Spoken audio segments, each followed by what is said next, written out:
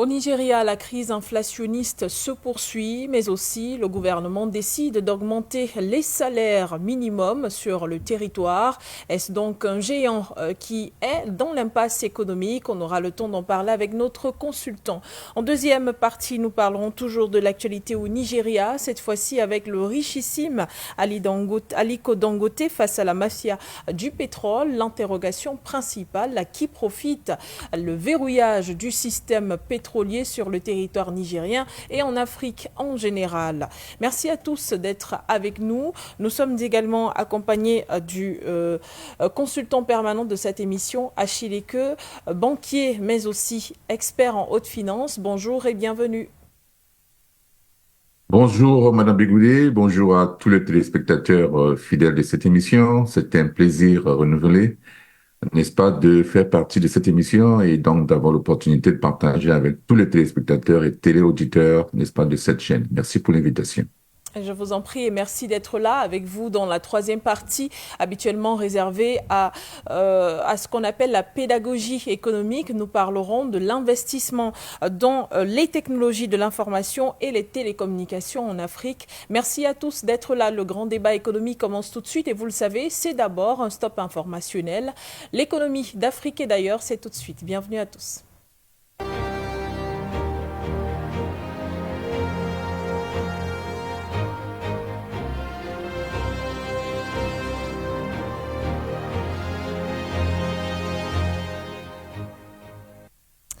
Et commençons avec l'actualité au Japon ou encore mettant en exergue évidemment le Gabon également. Le Japon s'engage à financer la réforme du système judiciaire gabonais à hauteur de 1,3 milliard de francs CFA alignés sur les recommandations du récent dialogue national inclusif. L'initiative vise ainsi à moderniser l'administration judiciaire, améliorer la formation des magistrats et faciliter l'accès à la justice pour les plus vulnérables. En audience avec le ministre de la Réforme des institutions, Muriel Minkwe, l'ambassadeur japonais, a souligné l'importance d'une justice indépendante dans le processus de transition démocratique du pays. Les précisions, c'est avec Fotso dans ce reportage. Le gouvernement japonais a annoncé une contribution substantielle pour soutenir la transition politique au Gabon, en mettant l'accent sur la réforme du système judiciaire. L'annonce a été faite le mercredi 24 juillet par l'ambassadeur du Japon au Gabon, Shuji Noguchi, lors d'une audience avec le ministre de la Réforme des institutions, Muriel Minkwe Mintsa. L'aide d'un montant de 331 millions de yens, équivalent à 1,3 milliard de francs CFA, sera allouée à 3 projets majeurs, notamment l'amélioration des infrastructures de l'École nationale de la magistrature, la modernisation de l'administration judiciaire par la digitalisation des procédures et l'amélioration de l'accès à la justice pour les personnes vulnérables à travers des campagnes d'information à l'échelle nationale. Cette initiative répond directement aux attentes et recommandations du dialogue national inclusif tenu du 2 au 30 avril 2024 à Libreville. Ces assises avaient en effet souligné l'urgence de réformer et de renforcer le système judiciaire gabonais. La signature officielle de cet accord d'aide élaboré en collaboration avec le Programme des Nations Unies pour le développement, PNUD en abrégé, est prévue pour ce 25 juillet à l'immeuble Gabon Mining. Lors de l'entretien avec le ministre de la Réforme des institutions, l'ambassadeur du Japon a souligné l'importance d'une justice fiable et indépendante pour la transition politique du Gabon, non sans évoquer les expériences similaires menées au Bénin, en Tunisie et en Guinée-Bissau. L'action du Japon s'inscrit dans le cadre des efforts internationaux pour soutenir la transition politique au Gabon et renforcer ses institutions démocratiques. Merci Fotso et on reste avec vous. À présent, l'actualité en République démocratique du Congo. Le département américain du Trésor l'a annoncé jeudi dernier une série de sanctions visant une coalition de groupes rebelles congolais dont le mouvement du M23 est accusé de vouloir renverser le gouvernement de la République démocratique du Congo. Ces condamnations pourraient-elles ramener la paix en République démocratique du Congo? C'est l'une des questions auxquelles vous répondez dans ce reportage. Ce 25 juin 2024, une coalition de groupes rebelles congolais, dont le M23, accusé de vouloir renverser le gouvernement, s'est vu infliger une série de sanctions par le département du Trésor américain. Dans le détail, l'Alliance Fleuve Congo AFC est accusée par Washington de renforcer l'instabilité dans le pays et les déplacements de civils, en particulier dans l'Est, où les combats sont réguliers depuis plus de 20 ans. Le mouvement M23, que Kinshasa accuse d'être soutenu par le Rwanda voisin, est déjà visé par une série de sanctions, tant par les États-Unis qu'au niveau des Nations Unies, pour sa déstabilisation de longue date de la province congolaise du Nord Kivu et pour être responsable de violations des droits de l'homme, a rappelé le département américain du commerce dans son communiqué.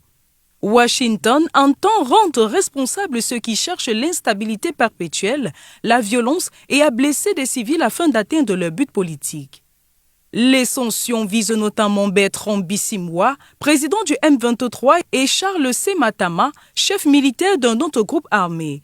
Tshiwaneho, ainsi que l'ancien président de la Commission électorale nationale indépendante du Congo, Corneille Yobelou Nanga, accusé par Washington d'avoir joué un rôle clé dans le report des élections initialement prévues en 2016 jusqu'en 2018. Dans le concret, il est question du gel de l'ensemble des avoirs détenus directement ou indirectement aux États-Unis par les entités ou personnes visées, ainsi que l'interdiction pour toute entreprise ou citoyen américain de commercer avec les personnes physiques ou morales sanctionnées.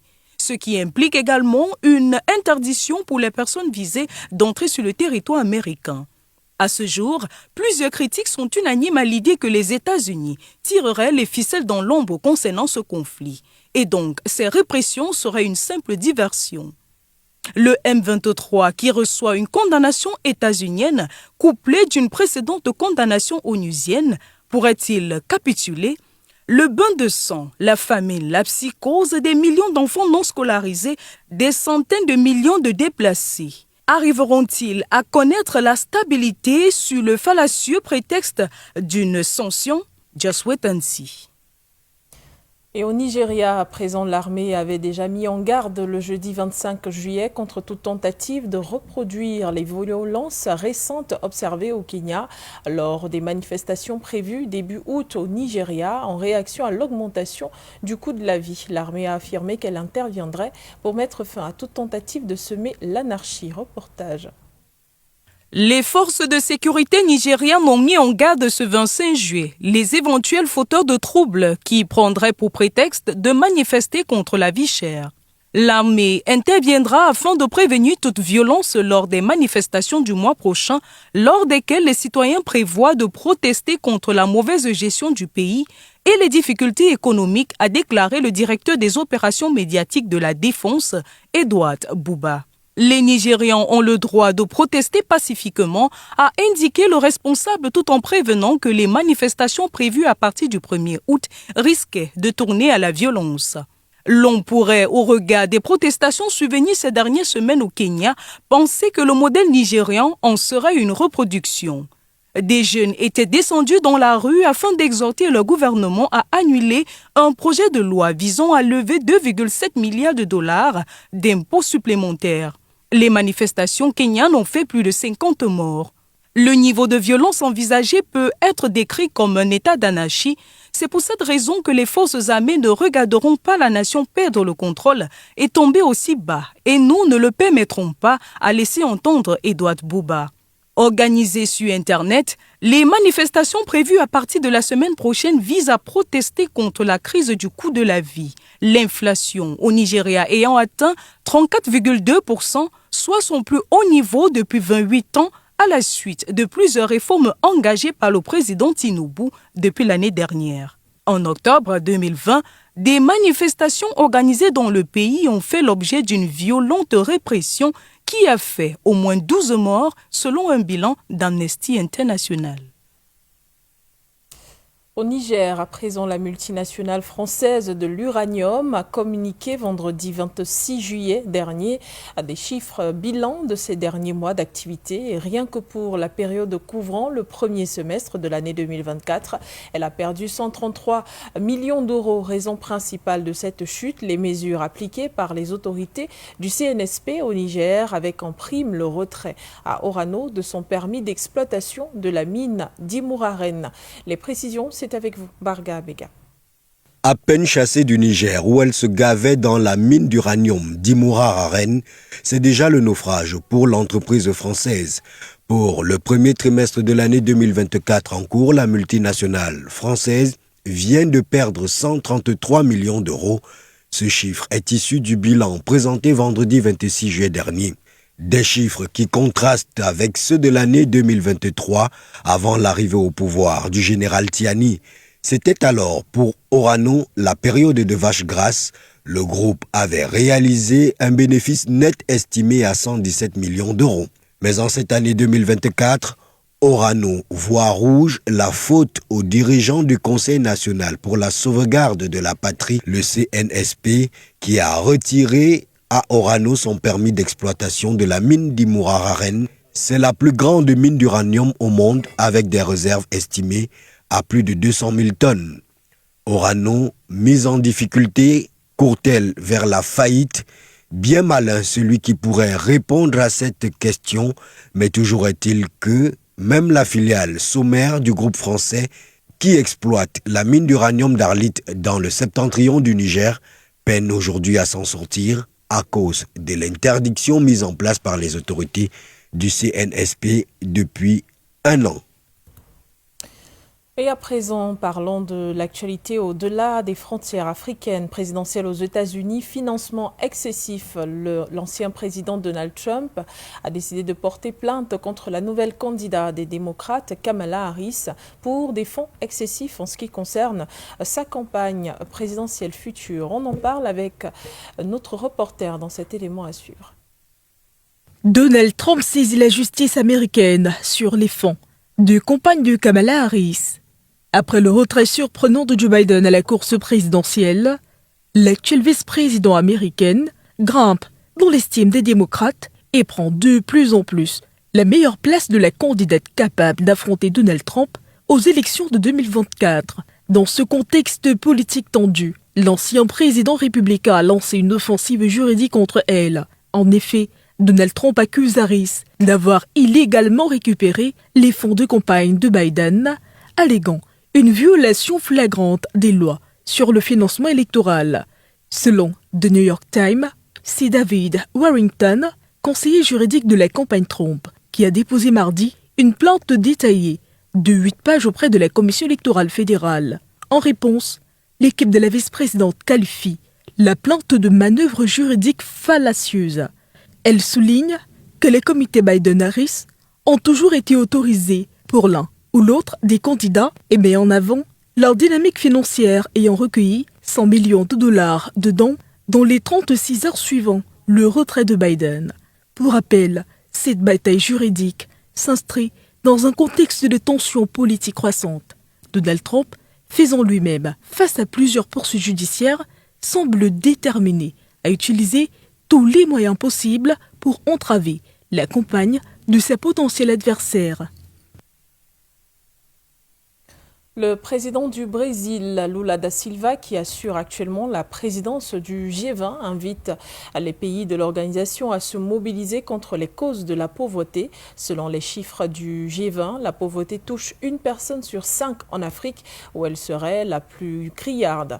Le 24 juillet dernier, à Rio de Janeiro, lors des assises du G20, le président da Silva a dévoilé sa stratégie pour venir à bout de la fin de la pauvreté. Barga Abega, vous avez suivi pour nous cette actualité, votre reportage.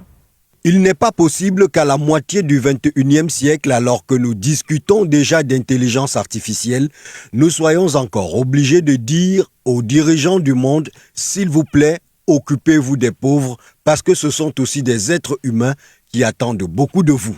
Déclaration de Lula da Silva, le président du Brésil. C'était mercredi lors de sa prise de parole au sommet du G20. Selon des chiffres du FAO, C'est la première fois depuis des décennies que le nombre de personnes souffrant de faim a augmenté de 152 millions depuis 2019, ce qui signifie que 9% de la population mondiale environ, plus de 732 millions de personnes, souffrent aujourd'hui de malnutrition et de faim. Le président brésilien propose donc une alliance globale et un fonds qui sera financé par les pays du G20, supposés être les plus riches de la planète, en direction et au bénéfice des pays considérés comme étant les plus pauvres. C'est la fin de ce journal de l'économie sur For You Télévision. Dans le grand débat économique à présent, après cette transition, nous abordons les sujets et les thématiques à l'ordre du jour.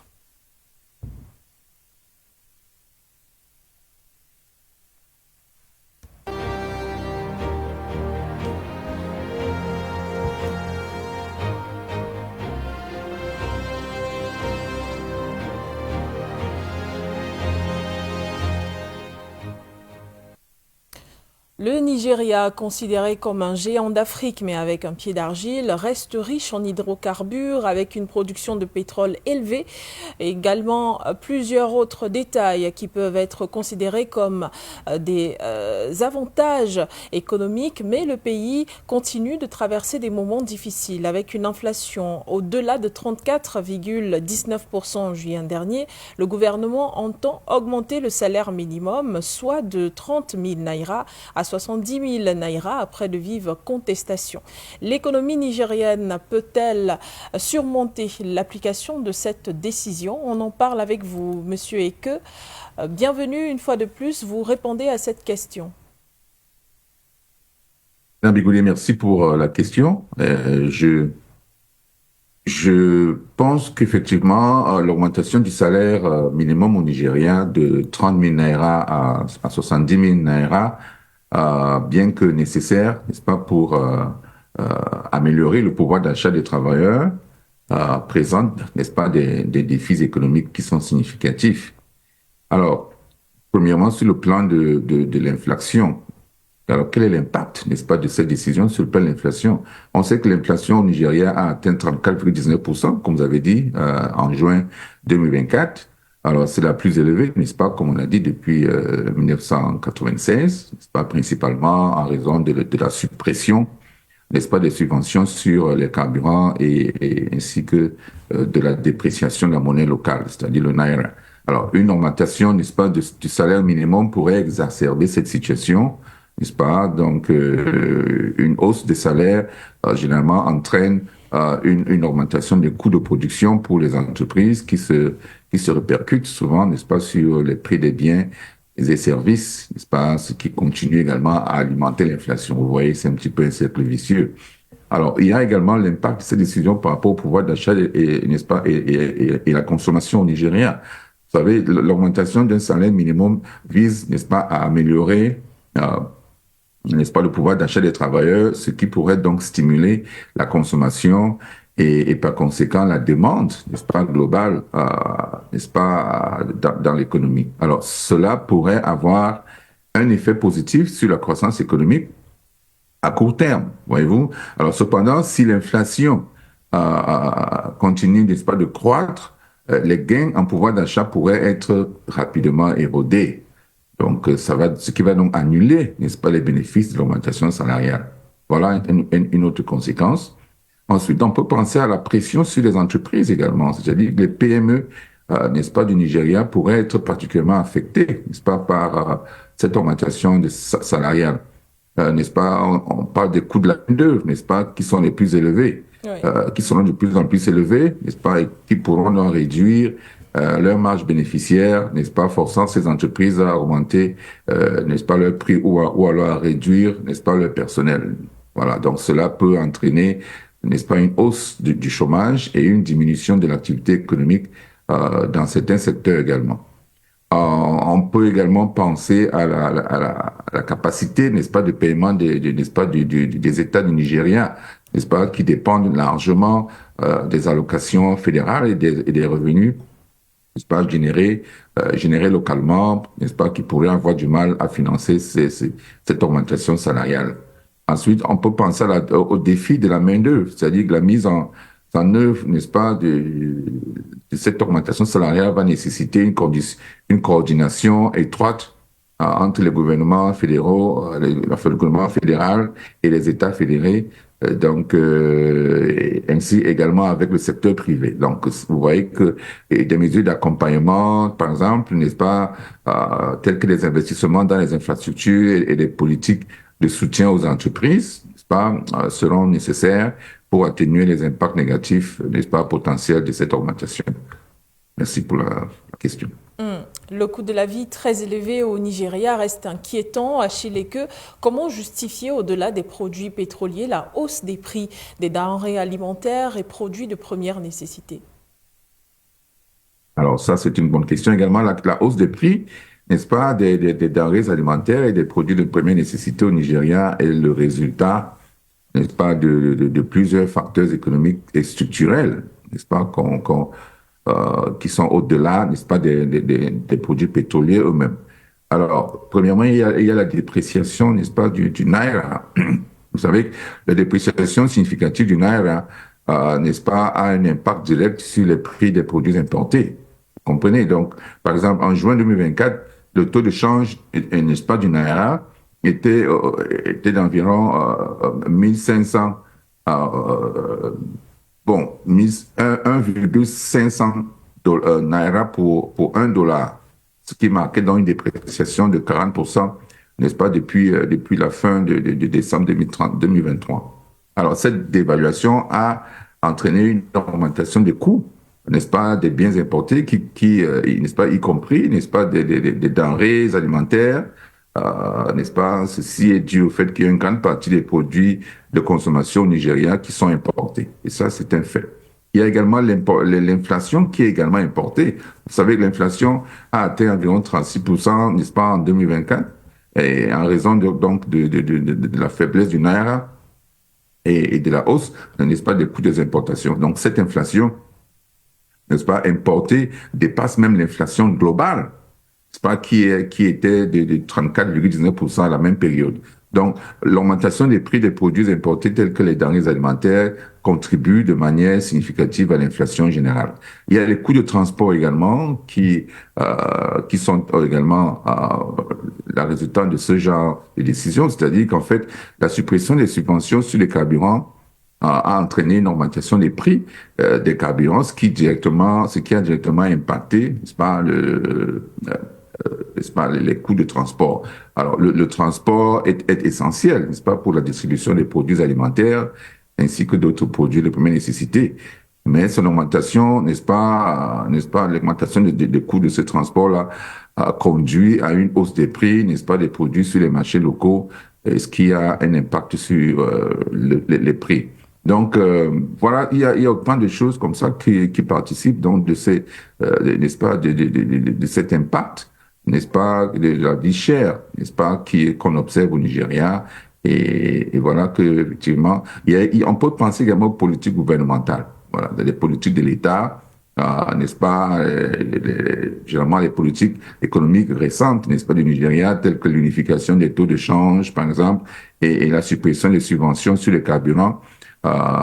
Bien que l'objectif, n'est-ce pas, vise à stabiliser l'économie à long terme, ont des effets inflationnistes à court terme. Donc, ces mesures également ont augmenté les coûts de production et de distribution, ce qui contribue à la hausse des prix des denrées alimentaires ainsi que des produits de première nécessité. Au Nigeria, toujours, Achille Eke, le gouvernement a aussi annoncé un plan de soutien qui s'élève à 1,2 milliard d'euros. Un coup d'épée dans l'eau, pensez-vous? Disons, le plan de soutien d'1,2 milliard d'euros qui a été annoncé par le gouvernement nigérien pour lutter contre l'inflation ainsi que l'insécurité alimentaire est une initiative importante, n'est-ce pas? Mais simplement, son efficacité reste à évaluer.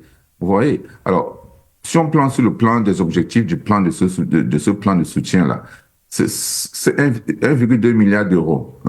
On parle d'1,2 milliard d'euros, environ 1,3 milliard de dollars, n'est-ce pas? Ceci vise à atténuer les effets des réformes économiques récentes, n'est-ce pas, prises par le gouvernement, et notamment la suppression des subventions sur les carburants ainsi que la libéralisation des taux de change. Donc, tout ceci ont conduit à une hausse significative du coût de la vie au Nigeria. Donc, les fonds, d'après cette initiative, les fonds seront alloués de la manière suivante. Il y aura environ 229 millions de dollars qui seront alloués à la santé et le bien-être social. Il y aura 328 millions de dollars qui seront alloués à l'agriculture et la sécurité alimentaire. Et le reste sera pour des initiatives, n'est-ce pas, qui visent à augmenter l'approvisionnement en électricité et donc à réduire les pertes dans le secteur pétrolier. Il y a des défis également, n'est-ce pas, notamment l'insuffisance des fonds. Alors, bien que 1,2 milliard d'euros soit une somme considérable, elle peut, n'est-ce pas, être insuffisante pour résoudre les problèmes structurels profonds du Nigeria, de cette économie-là. Donc, le pays doit donc faire face à des défis majeurs tels que l'insécurité, les infrastructures qui sont défaillantes, n'est-ce pas, et une inflation, comme on a dit tantôt, galopante qui atteint 34%, n'est-ce pas, en juin ou en mai dernier. Donc, ces fonds seront, n'est-ce pas, les fonds alloués pourraient, n'est-ce pas, ne pas être, ne pas suffire, n'est-ce pas, pour couvrir les besoins de toutes les régions et les secteurs affectés, n'est-ce pas. Donc, ça, c'est un problème également. Et ensuite, il y a la mise en œuvre, n'est-ce pas, la mise en œuvre de cette initiative et ainsi que la corruption qui sont souvent également très chroniques dans nos États. Vous voyez que le Nigeria a une histoire de corruption et de mauvaise gestion des fonds publics, ce qui pourrait, n'est-ce pas, limiter l'impact réel, n'est-ce pas, de cette initiative. Donc, une surveillance rigoureuse et une transparence, n'est-ce pas, dans l'allocation, n'est-ce pas, des fonds seront, n'est-ce pas, nécessaires pour garantir que l'aide, n'est-ce pas, ces fonds-là parviennent à ceux qui ont le plus besoin. Ensuite, on peut parler des effets à court terme et des effets à long terme. C'est-à-dire que les mesures prises par le gouvernement nigérian, n'est-ce pas, telles que la suppression des subventions ainsi que la dévaluation du Naira, ont des effets, comme on a dit, à court terme, qui sont très douloureux, n'est-ce pas, pour la population. Donc, bien que le plan de soutien vise à atténuer ces effets, n'est-ce pas, les bénéfices à long terme des réformes économiques ne seront visibles, n'est-ce pas, que si ces mesures sont, n'est-ce pas, accompagnées de politiques de soutien robustes, n'est-ce pas, et de réformes structurelles pour stimuler la production locale et attirer les investissements étrangers. Donc, véritablement, rien n'est gagné d'avance par rapport au soutien de l'État, par rapport à cette initiative. Donc, je pense qu'il va falloir attendre et voir ce que ça pourra donner. Mais connaissant l'histoire, n'est-ce pas, nigériane, n'est-ce pas, de l'économie nigériane ainsi que la corruption qu'on a dit tantôt, c'est très probable que cela ne réussisse pas. Mais on n'a rien à attendre, on n'a rien à perdre à attendre, voilà. Merci, monsieur. Et qu'on reste au Nigeria avec l'actualité concernant le pétrole, mais particulièrement Aliko Dangote face à la mafia du pétrole, justement au Nigeria et en Afrique en général. À qui profite le verrouillage du système? C'est l'interrogation principale de cette deuxième partie concernant l'actualité économique au Nigeria. Eh bien, l'homme d'affaires et riche nigérian a mentionné que la mafia du pétrole était pire que celle de la drogue, mais aussi que la drogue avait moins de difficultés. Le pétrole, à l'intérieur comme à l'extérieur, restait incertain, même dans son propre pays, comme on a pu le constater avec la difficulté face à laquelle il se retrouve. On rappelle que cette raffinerie qui a été construite par l'homme d'affaires vaut pratiquement 20 milliards de dollars. C'est une méga raffinerie qui devrait donc permettre à l'Afrique de l'Ouest de connaître ce qu'on appelle l'autosuffisance en carburant. Cela ne sera donc pas possible vu les restrictions du gouvernement actuel du côté du Nigeria. Alors avec vous, on en parle déjà pour débuter. Achille Eke, vous avez suivi comme nous cette actualité du côté du Nigeria, peut-être de prime abord, une analyse par rapport à cela? Effectivement, Madame Bégoulé, je pense qu'il est important qu'on s'y penche un temps soit peu parce que ça a un impact absolument négatif sur les efforts que les entrepreneurs africains essayent, n'est-ce pas, d'apporter n'est-ce pas, dans leur pays, à leurs États. Alors, Aliko Dangote, n'est-ce pas, comme on a dit, l'homme le plus riche, n'est-ce pas, d'Afrique, et propriétaire, n'est-ce pas, de ces raffineries de pétrole, a publiquement, n'est-ce pas, accusé n'est-ce pas, des entités locales et internationales même d'ailleurs, n'est-ce pas, de saboter ses efforts pour établir et exploiter sa raffinerie de pétrole au Nigeria. Donc les accusations sont multiples et impliquent à la fois, n'est-ce pas, les acteurs gouvernementaux et les entreprises. Alors, premièrement, on peut parler du sabotage, n'est-ce pas, par les compagnies pétrolières internationales, par exemple. Alors, dans ce cadre-là, la raffinerie Dangote a rencontré des difficultés significatives, n'est-ce pas, pour acquérir du pétrole brut. Alors, par exemple, le vice-président, n'est-ce pas, de cette entreprise, n'est-ce pas, a augmenté, dit plutôt que ils ont augmenté les prix, n'est-ce pas, plusieurs de ces entreprises où on achète le pétrole, où Dangote prévoyait acheter du pétrole, ont augmenté les prix, n'est-ce pas, au-dessus du taux normal du marché. N'est-ce pas, ce qui donc oblige, n'est-ce pas, cette raffinerie à importer du brut des pays lointains, n'est-ce pas, comme aux États-Unis, ou en Angola, ou en Libye, etc., dans plusieurs autres pays. Donc, tout ceci augmente considérablement les coûts opérationnels, n'est-ce pas, pour Dangote. Alors, il y a également la critique, n'est-ce pas, par rapport à l'autorité de régulation du pétrole, n'est-ce pas, n'est-ce pas, pour avoir délivré, n'est-ce pas, des licences à des commerçants qui importent, n'est-ce pas, des produits raffinés de qualité inférieure, n'est-ce pas, ce qui détruit donc, n'est-ce pas, les ambitions de cette entreprise, de cette raffinerie, n'est-ce pas, qui produit un meilleur produit, mais dont les régulateurs et la mafia, comme on l'a dit tantôt, estiment que son produit est de qualité inférieure, alors même qu'effectivement, des tests ont été faits qui démontrent effectivement que le produit fini de Dangote est bien supérieur, n'est-ce pas, à ce qui est importé.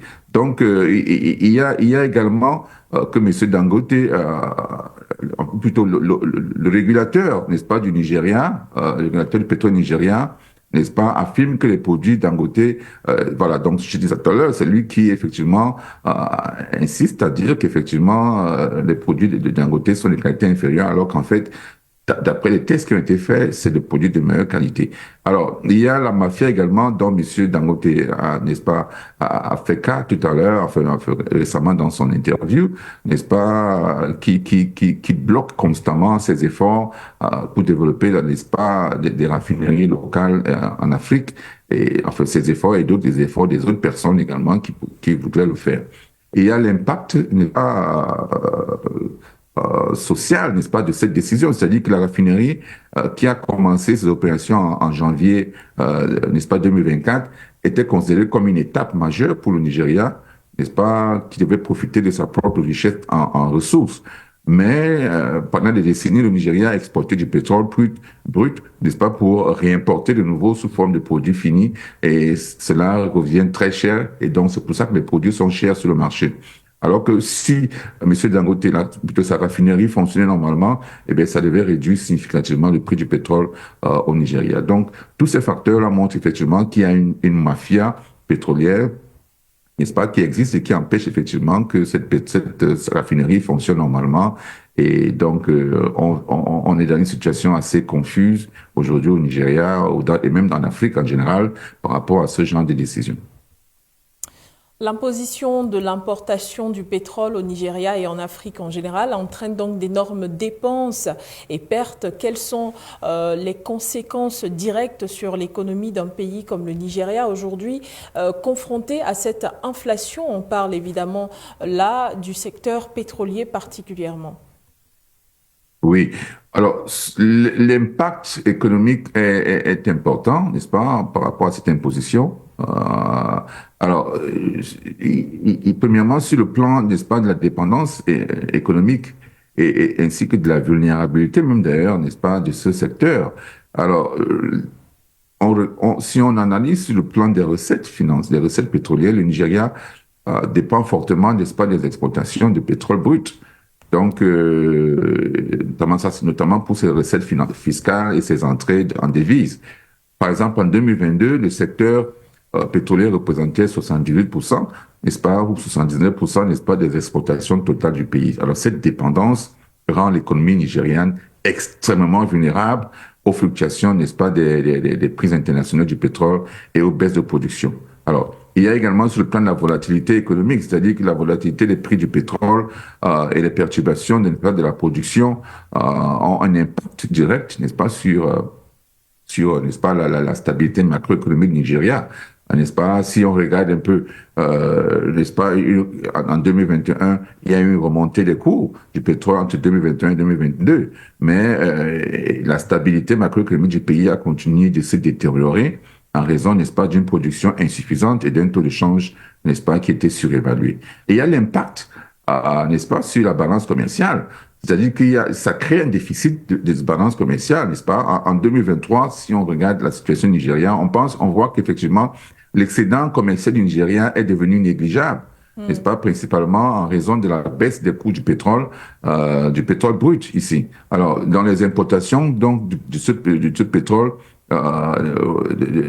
du pétrole raffiné, n'est-ce pas? Puisqu'on importe du pétrole raffiné au Nigeria, cette importation a atteint des sommets record, 18,3 milliards de dollars, n'est-ce pas, en 2023, ce qui représente 33% des importations, n'est-ce pas, totales du pays. Un tiers n'est-ce pas, des importations nigériennes sont, n'est-ce pas, issues du pétrole. Donc, cette situation contribue à un déficit commercial et à une pression, n'est-ce pas, accrue sur les réserves de change. Alors, il y a le coût énergétique également, n'est-ce pas, de cette importation. C'est-à-dire que l'importation de pétrole raffiné entraîne des dépenses énormes pour le Nigeria.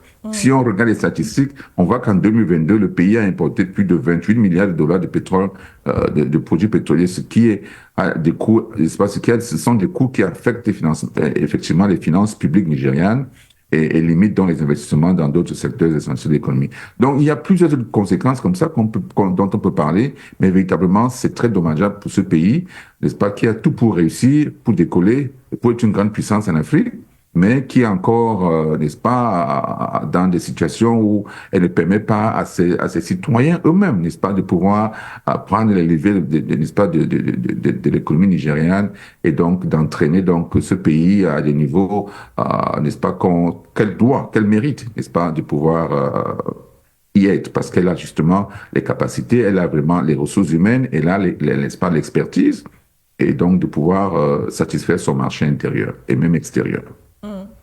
Monsieur Eke, dans le secteur du pétrole, la solution privée comme celle proposée par Aliko Dangote semblait apporter des facilités qui écartaient l'apport ou encore le chantage des institutions de Bretton Woods comme la Banque mondiale ou même le Fonds monétaire international. Pourtant, elle a été étouffée. À qui donc profitent ces verrouillages, Achille Eke, lorsqu'on sait que les gouvernements africains eux-mêmes se ferment à de telles propositions? Oui, le verrouillage ici, c'est justement cette mafia dont on a parlé tantôt. Alors, cette mafia, il s'agit de qui? Il s'agit, par exemple, des cartels pétroliers et des groupes criminels. C'est-à-dire que les cartels pétroliers, n'est-ce pas, et certains groupes criminels sont parmi les principaux bénéficiaires, n'est-ce pas, du verrouillage du système pétrolier au Nigeria. Alors, ces entités profitent de la corruption, n'est-ce pas, et du vol du pétrole à grande échelle. Vous voyez, le pétrole volé est souvent exporté et les recettes sont, n'est-ce pas, sont blanchies à travers des centres financiers mondiaux, n'est-ce pas, ce qui permet donc à ces groupes de financer d'autres activités criminelles transnationales. N'est-ce pas, ces cartels également voient toute tentative, n'est-ce pas, de modernisation ou de rationalisation du secteur pétrolier comme une menace directe à leurs opérations lucratives. Vous voyez, donc il y a un autre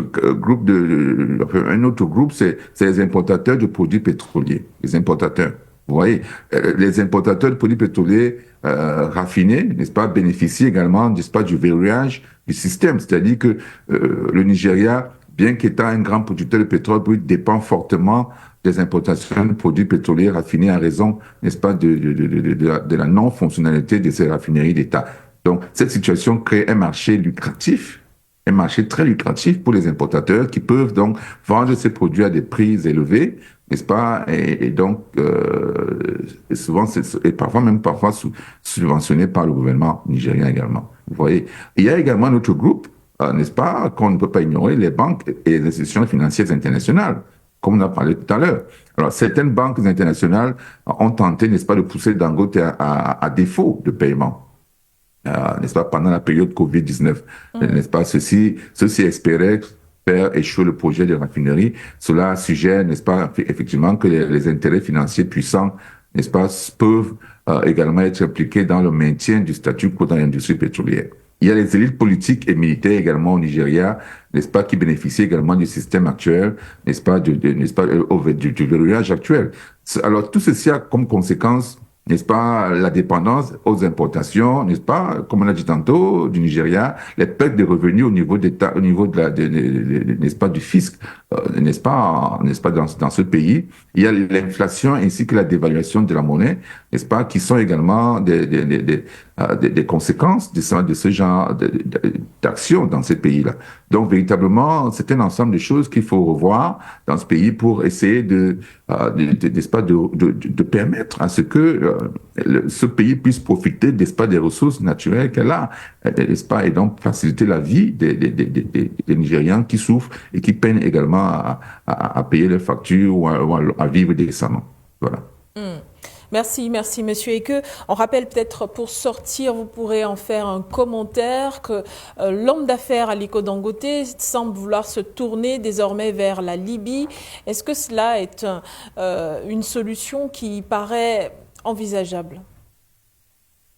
Certainement, parce que la raffinerie ne peut pas rester comme ça sans fonctionner, sinon ça va se détériorer. Donc, il va falloir qu'il fasse des efforts, bien que le gouvernement également dit qu'il n'a pas le droit d'importer, des choses comme ça. J'ai entendu beaucoup de choses qui sont dites, mais le Dangote doit se tourner vers où est-ce qu'il peut trouver du pétrole, parce que le Nigeria apparemment lui commence à lui fournir un peu de pétrole, mais en même temps, n'est-ce pas, essaie de créer des situations pour empêcher effectivement que ces raffineries fonctionnent effectivement, parce que comme on a dit tantôt, il y a des gros intérêts cachés derrière, et donc, mais Dangote doit faire ce qu'il doit faire. Il a une raffinerie qu'il a mis sur pied, qui a un produit de très bonne qualité, et donc tout ce dont il a besoin, c'est du pétrole brut, et donc il peut l'acheter là où, n'est-ce pas, ça lui semble, n'est-ce pas, possible pour pouvoir combattre, n'est-ce pas, ces groupes qui l'empêchent de pouvoir évoluer. Mais je pense que s'il est persistant et qu'il continue à travailler,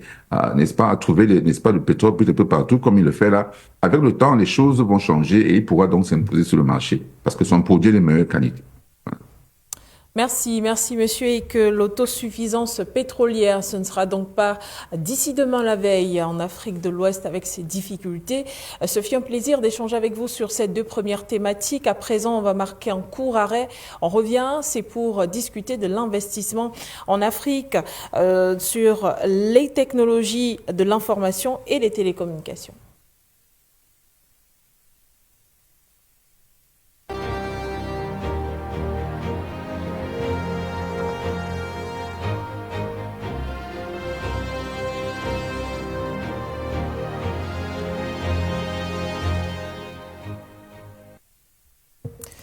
Et l'Afrique se transforme numériquement, redéfinissant ainsi son économie et sa société. Le développement des infrastructures, des télécommunications est crucial pour faciliter l'accès aux services. C'est ainsi qu'on peut souligner les services numériques, stimuler l'innovation et favoriser l'inclusion financière. Voilà donc, malgré les progrès, des défis subsistent en infrastructures réglementaires et coûts. Il faut également souligner cela. Les télécommunications, on peut le dire, ne sont pas seulement un moyen de communication, mais aussi un moteur de progrès.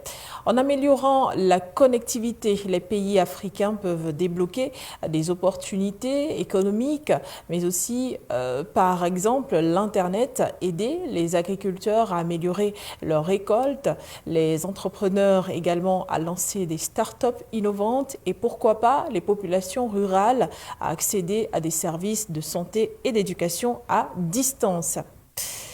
Pour poursuivre, malgré ce potentiel, les défis abondent. Les infrastructures de base comme la fibre optique et les stations mobiles restent insuffisantes dans de nombreuses régions de l'Afrique. Les coûts élevés et les réglementations complexes ralentissent considérablement le développement, n'est-ce pas, des services de télécommunication. Le coût des appareils également qui est à mentionner, compatible surtout pour la 5G, reste un frein à leur adoption généralisée. Les PPP, qui sont donc une solution clé face à ces défis en associant ressources et expertise publique-privée, mobilisent financement, partagent également risques et accélèrent le déploiement infrastructurel des projets comme les dorsales en fibre optique et même les télécentres communautaires, prouvent à suffisance que ces partenaires peuvent concrétiser, on va le dire, les ambitions. On termine en parlant de l'avenir des télécoms en Afrique qui dépend de l'adoption des technologies avancées comme la G5 qui améliore la vitesse et la fiabilité des connexions sur les différents territoires. Cependant, pour que tous en profitent, il faut des stratégies inclusives qui comprennent la réduction des coûts de connexion, la promotion également de l'éducation en ligne et même l'extension de la couverture aux zones rurales et mal desservies. Achille, que voilà qui nous permet, n'est-ce pas, de planter le décor avec cette thématique sur l'investissement dans les technologies et puis les télécoms en Afrique. Quelle est la taille actuelle, Achille, que du marché des télécommunications en Afrique et quelles sont les projections de croissance pour les 5 prochaines années? Alors, ça, c'est une très bonne introduction. Je signale que les PPP, ce sont des partenariats publics-privés. Hein. Oui. Ça, c'est des acronymes pour cela. Alors, la taille du marché, n'est-ce pas, des télécoms en Afrique. Alors, si on regarde sur 2024, n'est-ce pas, cette taille du marché est estimée à 63, n'est-ce pas, milliards de dollars. C'est un chiffre qui inclut les revenus générés par les services de télécommunications ainsi que les produits connexes.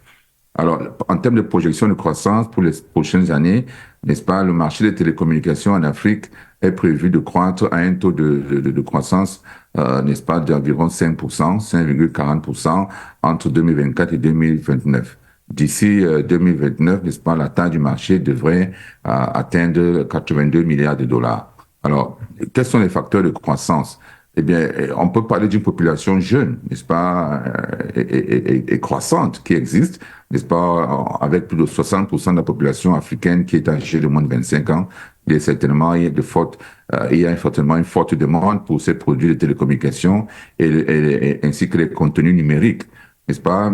Deuxième facteur, c'est l'amélioration de la connectivité mobile, c'est-à-dire que l'augmentation de la pénétration, n'est-ce pas, des smartphones et l'expansion des réseaux 3G et 4G, n'est-ce pas, ainsi que, n'est-ce pas, le déploiement imminent de la 5G. Tout ceci stimule la demande pour les services, n'est-ce pas, des données. Il y a également la transformation digitale, c'est-à-dire que la digitalisation des services, notamment dans les secteurs financiers, n'est-ce pas, et l'e-commerce, electronic commerce, n'est-ce pas. Ceci crée, n'est-ce pas, de nouvelles opportunités pour les opérateurs de télécommunications. Et enfin, il y a les investissements dans les infrastructures, c'est-à-dire que les investissements continuent dans les infrastructures de télécommunications, n'est-ce pas, y compris, n'est-ce pas, des technologies de fibre optique ainsi que les réseaux sans fil, n'est-ce pas, favorisent donc l'adoption des services à large bande. Mais on peut également noter les défis et les opportunités, n'est-ce pas? Parce qu'effectivement, rien n'est parfait. Bien que le marché présente des opportunités significatives, il existe également, n'est-ce pas, des défis, notamment l'accès limité à l'Internet. Vous voyez, l'accès limité à l'Internet. Alors, dans certaines régions, l'accès à une connectivité Internet fiable et abordable reste un défi, n'est-ce pas, en raison, n'est-ce pas, des différentes lacunes infrastructurelles et des coûts prohibitifs, n'est-ce pas, des données.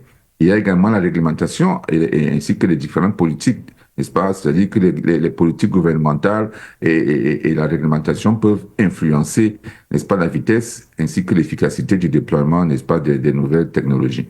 Alors, pour me résumer, n'est-ce pas, on va dire que le marché des télécommunications en Afrique est en pleine expansion, n'est-ce pas, avec des projections de croissance qui sont solides pour les 5 prochaines années. Donc, les investisseurs peuvent tirer parti, n'est-ce pas, de cette croissance, n'est-ce pas, en se concentrant sur l'amélioration des infrastructures, n'est-ce pas,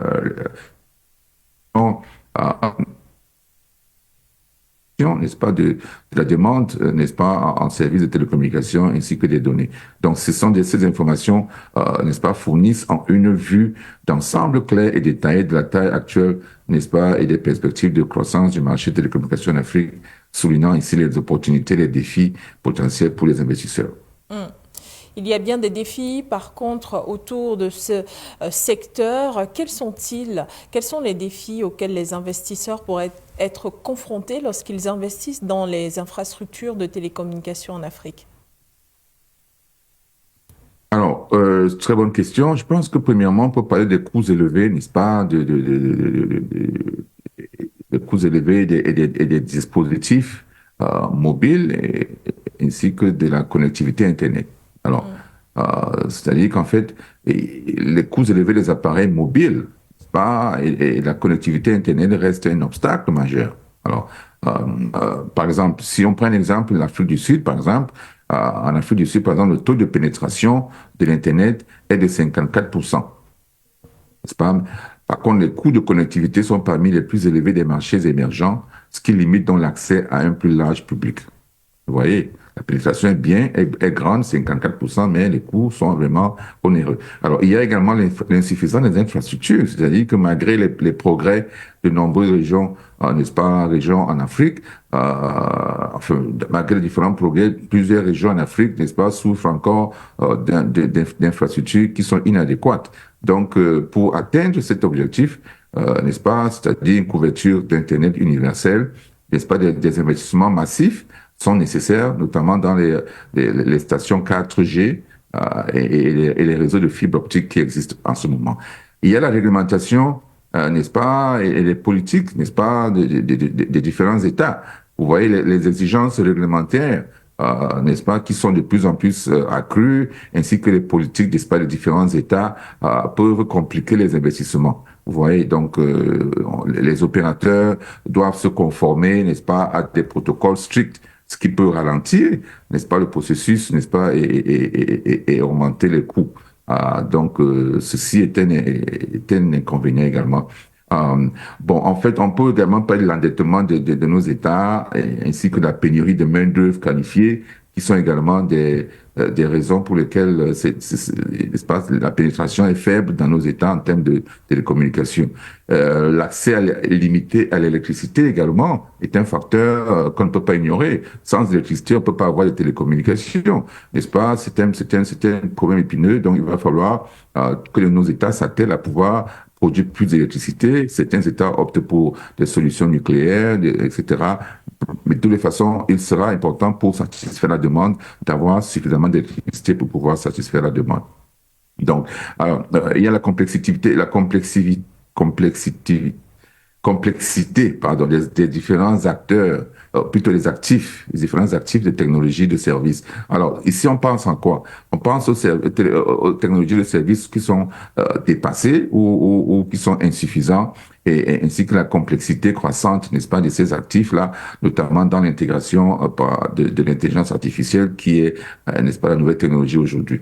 Donc, il y a également d'autres facteurs, notamment les risques politiques, économiques dans les différents États, ainsi que des défis de financement de ces différents projets d'infrastructure que plusieurs pays font face. Et donc, c'est un ensemble de choses qu'il faut voir, qu'il faut mettre sur pied. Cela ne se fera pas, n'est-ce pas, en un temps record, mais s'il y a la volonté politique de nos États, il va falloir justement que, n'est-ce pas, ils prennent le taureau par les cornes, parce que c'est pas, tout ceci est incontournable. La télécommunication, l'Internet, n'est-ce pas, l'électricité, et tout ça sont essentiels pour qu'il y ait une meilleure pénétration, et donc que les investisseurs puissent venir véritablement investir en Afrique dans ces secteurs-là. Merci, Monsieur Eke. Alors, comment les innovations dans le secteur des technologies de l'information peuvent-elles améliorer l'inclusion financière en Afrique? Alors, améliorer l'inclusion financière, n'est-ce pas, en Afrique grâce aux innovations, n'est-ce pas, dans le secteur technologique, notamment la fintech, va jouer un rôle crucial dans l'amélioration, n'est-ce pas, de l'inclusion financière dans nos États. Alors, si en termes d'innovation, n'est-ce pas, on va penser ici à l'accès accru. N'est-ce pas? Il faut un accès accru aux services financiers, par exemple. Alors, qu'est-ce que ça veut dire? En fait, les technologies de l'information permettent aux populations, par exemple, n'est-ce pas, qui sont non bancarisées, qui n'ont pas de compte bancaire, c'est ce que ça veut dire, d'accéder à une gamme de services financiers, n'est-ce pas, à travers des plateformes numériques. Alors, par exemple, les services de mobile monnaie, par exemple, permettent aux utilisateurs de créer des comptes, n'est-ce pas, d'effectuer des transactions et donc de recevoir des paiements, n'est-ce pas, sans avoir besoin d'un compte bancaire. Alors, il y a la réduction des coûts de transaction également, notamment les solutions fintech, n'est-ce pas, offrent des services financiers à des coûts plus bas que les institutions, n'est-ce pas, financières traditionnelles. Donc, les frais de transaction peuvent être jusqu'à 80% moins chers, par exemple, n'est-ce pas, et donc les coûts, les transferts d'argent qui coûtent jusqu'à parfois 6 fois moins cher également, sont également observables, n'est-ce pas, par rapport à cette solution fintech-là. Donc, cela rend les services financiers plus accessibles, n'est-ce pas, aux personnes qui ont de faibles revenus. Et il y a également les microcrédits ainsi que les financements des PME. Alors, les plateformes fintech, n'est-ce pas, offrent n'est-ce pas, des microcrédits et des solutions de financement aux petites et moyennes entreprises. Alors, si on prend l'exemple, n'est-ce pas, des entreprises comme Lulaland, n'est-ce pas, qui permettent aux PME de demander des financements, n'est-ce pas, en ligne, ça facilite donc, n'est-ce pas, leur croissance ainsi que leur résilience par rapport, n'est-ce pas, à l'environnement économique dans lequel ils vivent. Voilà, donc ce sont des plateformes comme ça qui aident, n'est-ce pas, ces petites entreprises à pouvoir se financer. Il y a effectivement les paiements électroniques, n'est-ce pas, qu'on a noté également, n'est-ce pas, qui ont révolutionné la manière dont les transactions, n'est-ce pas, sont effectuées en Afrique. Vous voyez. Alors, on pense notamment au M-Pesa au Kenya, n'est-ce pas, qui démontre effectivement comment les paiements mobiles peuvent transformer l'économie locale en facilitant, n'est-ce pas, les transactions quotidiennes et en permettant aux entreprises de recevoir, n'est-ce pas, des paiements de manière plus efficace. Donc, il y a une autre panoplie de raisons comme ça qu'on peut citer, mais essentiellement, les fintech, n'est-ce pas, ou plutôt les innovations dans les domaines technologiques, n'est-ce pas, en particulier, n'est-ce pas, dans le secteur de la fintech, ont, n'est-ce pas, un impact, n'est-ce pas, significatif, n'est-ce pas, sur l'inclusion financière en Afrique. Donc, elles peuvent permettre, n'est-ce pas, d'élargir l'accès, n'est-ce pas, aux services financiers, n'est-ce pas, de réduire les coûts de transaction, de soutenir même les micro-entreprises, comme on a dit tantôt, et donc d'inclure les populations vulnérables dans le système financier formel. Donc, ce sont les avancées qui vont aider à une croissance économique plus inclusive et durable dans le continent africain en général. Quels sont les pays africains les plus avancés en termes de développement des infrastructures, de télécommunications et pourquoi? Oui, c'est un exercice intéressant. Alors, on pense généralement à l'île Maurice, hein, dans ce genre de choses. L'île Maurice, n'est-ce pas, qui a beaucoup travaillé dans ces domaines-là. Alors, en termes de classement élevé et de connectivité mobile, n'est-ce pas, l'île Maurice est classée 7e au monde, n'est-ce pas, en termes de connectivité mobile, ce qui en fait, n'est-ce pas, le leader africain dans ce domaine. En termes d'infrastructures solides, n'est-ce pas, n'est-ce pas, l'île Maurice également dispose d'une infrastructure de télécommunications bien développée, n'est-ce pas, avec un accès très étendu à la fibre optique et à des réseaux mobiles avancés. Et il y a également le soutien du gouvernement, n'est-ce pas, de Maurice, c'est-à-dire que le gouvernement mauricien a mis en place, n'est-ce pas, des politiques favorables, n'est-ce pas, pour encourager l'investissement dans les infrastructures de télécommunications. Alors, après l'île Maurice, qui est numéro 1 en Afrique, il y a l'Afrique du Sud, évidemment, n'est-ce pas, qui a beaucoup d'infrastructures.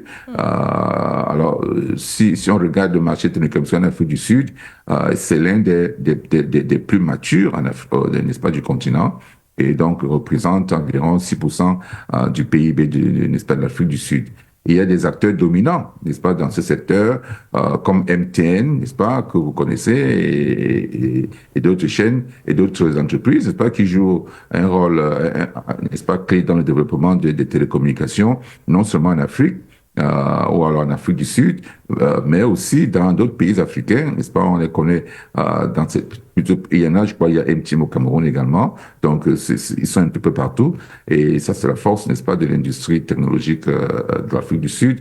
Et en termes d'événements et d'initiatives, n'est-ce pas, le Cap, n'est-ce pas, une ville de l'Afrique du Sud, accueille régulièrement, n'est-ce pas, le salon africain, le salon annuel, n'est-ce pas, AfricaCom, qui réunit, n'est-ce pas, les principaux acteurs, n'est-ce pas, du secteur des télécommunications et du numérique sur le continent.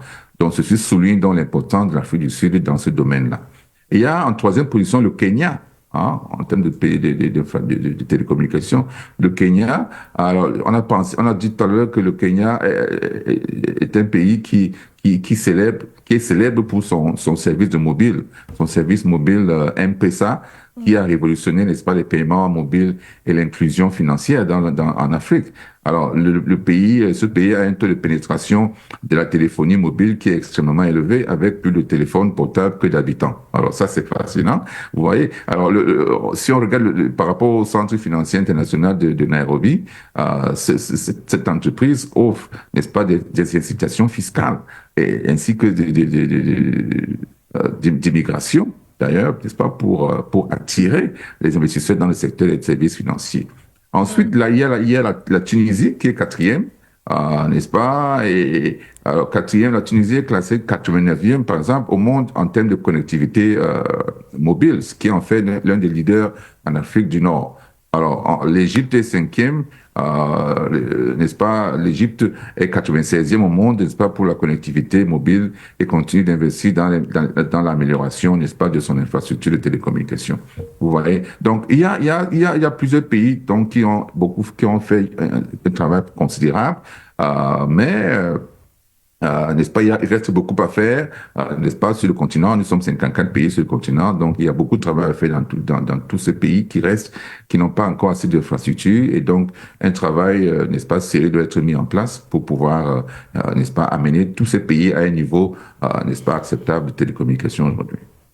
Et merci, Monsieur Eke. On va sortir avec cette question. Comment est-ce que les startups africaines utilisent les technologies de l'information pour résoudre des problèmes locaux spécifiques? Alors, nous avons parlé des startups dans plusieurs autres émissions avant. Alors, un des secteurs, n'est-ce pas, qui me vient en tête ici, c'est le secteur de la santé, par exemple.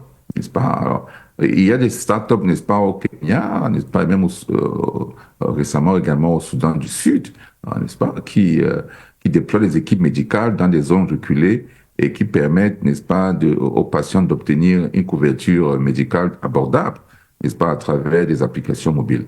Donc, n'est-ce pas, cette startup, par exemple, offre également des micro-prêts, n'est-ce pas, pour des soins médicaux. Alors, et il y a le secteur de la finance, n'est-ce pas? On a parlé du M-Pesa du Kenya, n'est-ce pas? Ce service mobile, n'est-ce pas? C'est une start-up, n'est-ce pas?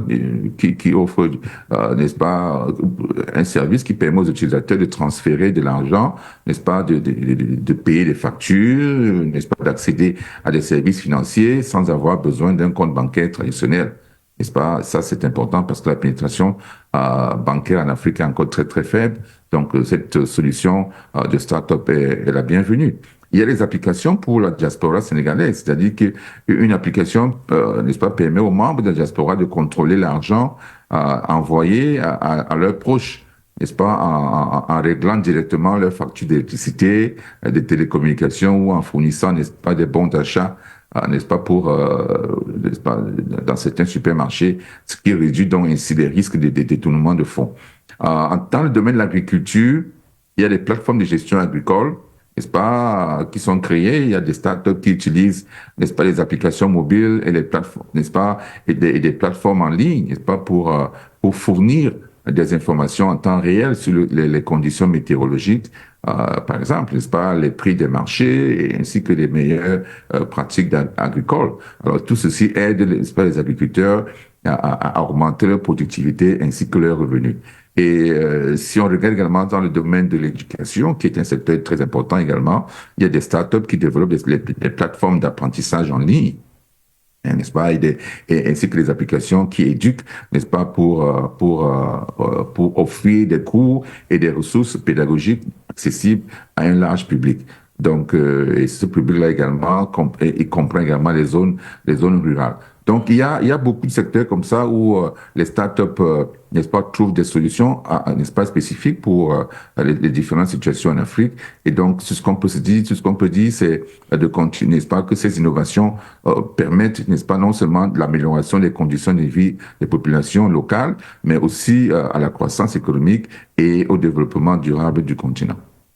Merci Monsieur Eke pour votre expertise et vos analyses apportées dans le cadre de ce programme, le grand débat économique. Ce fut un plaisir d'échanger avec vous. On rappelle quand même les titres. Nous avons pu discuter de l'impasse économique à laquelle fait donc face le Nigeria, mais aussi de l'affaire Aliko Dangote avec cette mafia du pétrole à qui profite le verrouillage du système. C'était l'une des interrogations principales. Merci à tous d'avoir été des nôtres. On rappelle aussi dans le sujet de pédagogie, nous parlions de l'investissement dans le secteur des télécommunications et de l'information en Afrique.